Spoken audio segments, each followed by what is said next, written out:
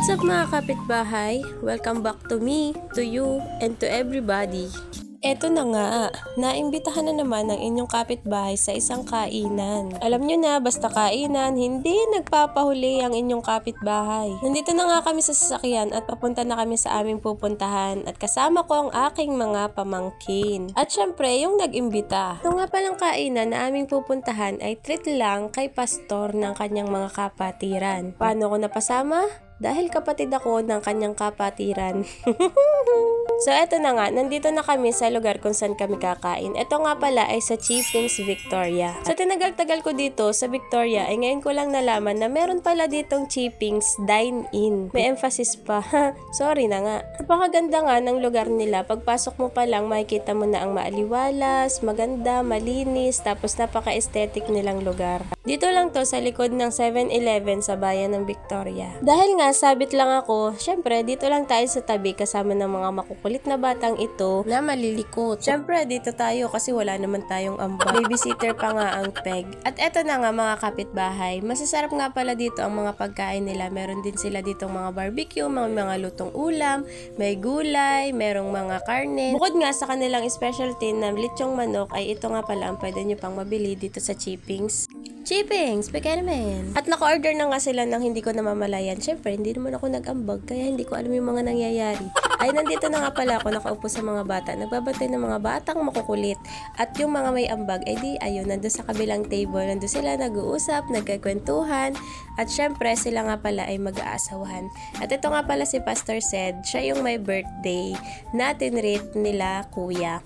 And then, habang naghihintay kami, eto si Pastora naglabas ng cashew nuts. Ngut-ngutin habang nagkakwentuhan at nagiintay. At makalipas nga ang ilang minuto ay unti-unti nang dumating ang kanilang order. Dumating na ang kanin, tapos kanin ulit. Ay, ito pala yung pansit, kala ko kanin ulit. Tapos ito nga pala yung special bilaon. Good for 8 to 10 person, pero parang labis kami sa 10. Kumpleto na yan, may isda, may lechon, may sisig, tapos meron siyang side dish na kamatis at saka talong. At syempre, dahil gutom na ang lahat at gutom na ako, ay, hindi pala.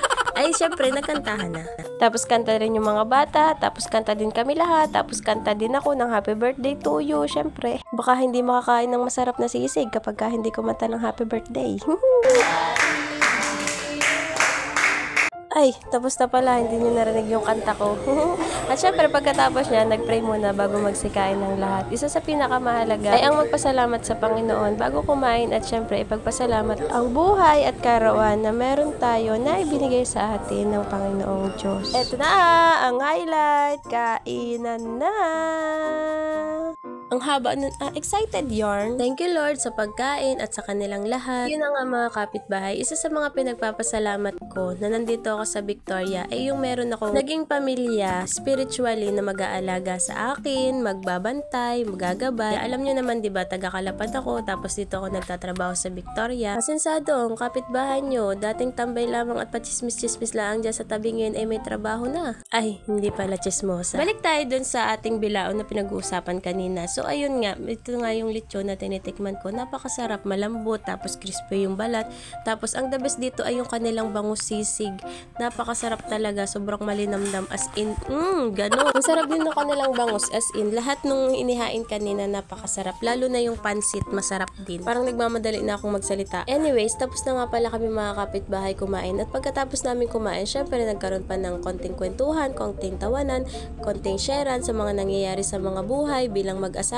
At dahil wala pa akong asawa, ay di ako'y tahimik lang sa sulok. Pagkatapos nga ng masayang kwentuhan at tawanan, ay di nagsiuwian na rin kami, inihatid na rin kami, tapos nagbiyahe na yung iba pa uwi. Oo nga pala mga kapitbahay, ako'y pagpasensyahan nyo na kung ako ay hindi masyadong nag-upload, kung ako ay lulubog lilitaw dahil nga masyadong busy agad yung kapitbahay sa mga bagay-bagay na wala namang kabuluhan. Hayaan nyo't sisikapin kung makapag-upload ng marami-rami at nang ako'y inyong nasusubaybayan at hindi nyo ako namimiss. So hanggang dito na lamang muna mga kapitbahay. Pakitulungan na lamang ako maka-reach kahit 500 followers by sharing and liking this video.